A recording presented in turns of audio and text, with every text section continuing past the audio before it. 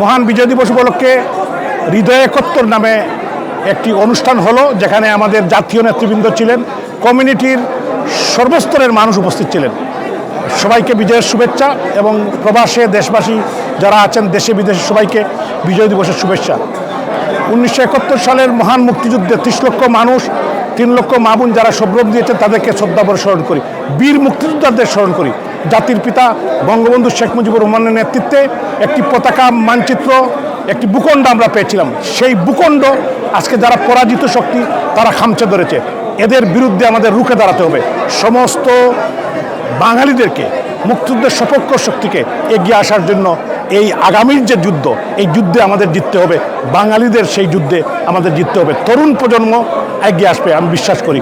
জয় বাংলা, জয় বঙ্গবন্ধু, জয় জননেত্রী শেখ হাসিনা। আজকে শপথের বিষয়টা যদি সংক্ষিপ্তভাবে আপনি বলেন, কি নিয়ে আপনারা শপথ নিয়েছেন? আজকে এখানে মুক্তিযোদ্ধারা ছিলেন, এখানে তরুণ, যুব সমাজ, ছাত্র সমাজ, মহিলা সবাই একটি শপথ গ্রহণ করেছি আমরা, যে মুক্তিযুদ্ধের যে বাংলাদেশ, 30 লক্ষ মানুষের রক্তের লেখা যে বাংলাদেশ, 2-3 লক্ষ মা বোনের সভ্রমের বিনিময়ে যে বাংলাদেশ আমরা পেয়েছি, সেই বাংলাদেশকে আমাদের, মাতৃভূমিকে আমাদের রক্ষা করতে হবে। এই জবরদখলকারী জঙ্গিদের হাত থেকে আমরা এই শপথ নিয়েছি। ইনশাল্লাহ খুব সহসাই বাংলাদেশ আমরা জঙ্গি মুক্ত করব, দখলদার মুক্ত করব।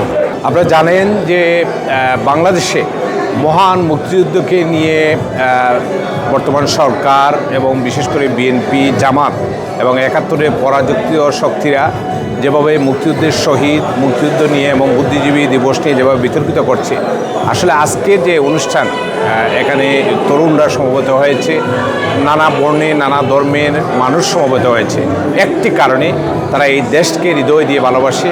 1971-এর মহান মুক্তিযুদ্ধ বঙ্গবন্ধুর নেতৃত্বে যে আমরা একটি স্বাধীন সার্বভৌম বাংলাদেশ পেয়েছিলাম, যে বাংলাদেশ পেয়েছিলাম বলেই স্বাধীন দেশের মানুষ হিসাবে আমরা নিঃশ্বাস নিতে পেরেছি, স্বাধীন দেশের মানুষ হিসাবে একটি পাসপোর্ট পেয়েছিলাম। সেই স্বাধীনতা সার্বভৌমত্বকে আজকে অস্বীকার করছে। আজকে পাকিস্তান নামক পরাজিত রাষ্ট্রের সাথে বাংলাদেশ নামক রাষ্ট্রকে পাকিস্তানের পরাজিত শক্তিরা, বিশেষ করে জামাত, বিএনপির শক্তিরা একীভূত করতে চাচ্ছে। তার প্রতিবাদে আজকে এখানে গান, কবিতা, এখানে প্রতিবাদের কণ্ঠে আজকে আমাদের তরুণরা সমবেত হয়েছে মহান বিজয় দিবসকে স্মরণ করার জন্য। এখানে জাতীয় সঙ্গীত বাজানো হয়েছে এবং তরুণরা যে দেশপ্রেমী আজকে এখানে সমবেত হয়েছে, আমি আয়োজক সহ সকল তরুণদেরকে ধন্যবাদ জানাচ্ছি। আমি বিশ্বাস করি যে আজকে সারা বাংলাদেশে, বিশেষ করে চট্টগ্রাম বিশ্ববিদ্যালয়ের প্রভিসি এবং পাবনার ডিসি মুক্তিযুদ্ধ নিয়ে যে বিতর্কিত বক্তব্য রেখেছে এবং বিশেষ করে এনসিপি এবং জামাত যেভাবে মুক্তিযুদ্ধ নিয়ে যেভাবে বিতর্কিত করেছে, পাকিস্তান যে দাবাত স্লোগান দিয়েছে, এর প্রতিবাদে সারা বাংলাদেশের মতো আজকে যুক্তরাজ্যের তরুণরা সমবেত হয়েছে। আমরা বিশ্বাস করি যে আগামী 16ই ডিসেম্বরের আগে বঙ্গবন্ধু কন্যা জননেত্রী শেখ হাসিনাকে নিয়ে আমরা স্বাধীন বাংলাদেশে আমরা বিজয় উৎসব পালন করব। ধন্যবাদ। 71-এর চেতনা নিয়ে হৃদয় 71 সংগঠনের নামে আমরা স্বাধীনতার সপক্ষে ছাত্র জনতা, সাধারণ মানুষ সকলেই ঐক্যবদ্ধ হয়ে আজকের এই সাংস্কৃতিক অনুষ্ঠান, বঙ্গবন্ধুর 7ই মার্চে ভাষণ, ডকুমেন্টারি আমরা আজকে আয়োজন করেছি।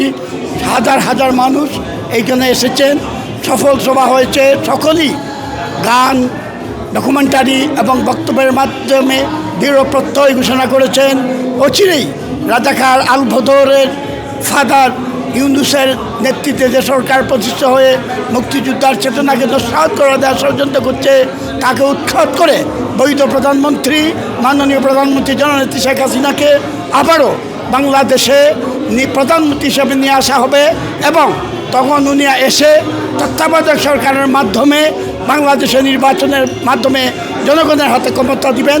আমরা আজকে এই সবার থেকে তাদের বাংলার জনগণকে সমর্থন করছি। দৃঢ় প্রত্যয় হচ্ছে ওটাও নিউজ, বাঁচাও দেশ, শেখ হাসিনার সরকার বারবার দরকার। ধন্যবাদ। বিজয়ের 54 বছরে আমরা বিজয়ের উৎসব আমরা উদযাপন করলাম, যেখানে বাংলাদেশ জন্ম নিয়েছিল এই দিনটিতে। বাংলাদেশে কোনো আয়োজন নেই, সেই বিষয়টি আমরা মাথায় রেখে আজকে এখানে উদযাপন করেছি। আমরা সফলভাবে একটি অনুষ্ঠান করেছি হৃদয় 71 নামে। মহান বিজয় দিবসের সবাইকে শুভেচ্ছা। আপনারা জানেন বাংলাদেশ এখন আক্রান্ত। আমাদের মুক্তিযুদ্ধের শক্তি এবং বাংলাদেশের স্বাধীনতার স্বাধীনতা আজকে প্রশ্ন সম্মুখীন। আজকে এই বিজয়ের মাসে হৃদয় একাত্তর সংগঠন যেভাবে প্রবাসী কমিউনিটিকে নিয়ে এবং সাধারণ মানুষকে নিয়ে, প্রবাসী বাঙালিদেরকে নিয়ে আমরা শপথ নিয়েছি আমাদের যে কোনো মূল্যে আমাদের 30 লক্ষ শহীদ, 2 লক্ষ মাদের ইজ্জতের বিনিময়ে যে স্বাধীনতা পেয়েছি সেটা রক্ষা করার জন্য আমাদের এদেশের মুক্তিযোদ্ধারা, বাংলাদেশের জন্য যারা মুক্তিযুদ্ধ করেছিল তাদেরকে নিয়ে আমরা শপথ করেছি আমাদের এই দেশ পাকিস্তান হতে দেব না, আমাদের সেই দেশের জঙ্গি হতে দেব না।